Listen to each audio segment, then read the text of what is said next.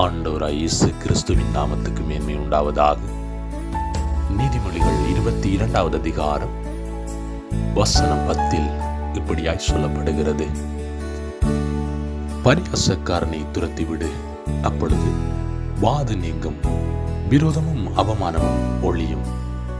சுத்த இருதயத்தை விரும்புகிறவனுடைய உதடுகள் இனிமையானவைகள், ராஜா அவனுக்கு சிநேகிதனாவான் என்பதாய் சொல்லப்படுகிறது. அன்பான தேவஜனமே, பரியாசக்காரனை துரத்திவிடும் பொழுது எங்களுடைய வாழ்க்கை கர்த்தருடைய சித்தத்தில் நடத்தப்படுகிறதா இருக்கிறது. பரியாச பிணைப்புகளோடு நாங்கள் வாழும் பொழுது கர்த்தருடைய ஆவியானவர் எங்களை விட்டு தூரமாய் போகிறவராயிருக்கிறார். அன்பான தேவஜனமே, பரியாசக்காரன் கர்த்தருக்கு எதிர்ப்பானவராயிருக்கிறான்.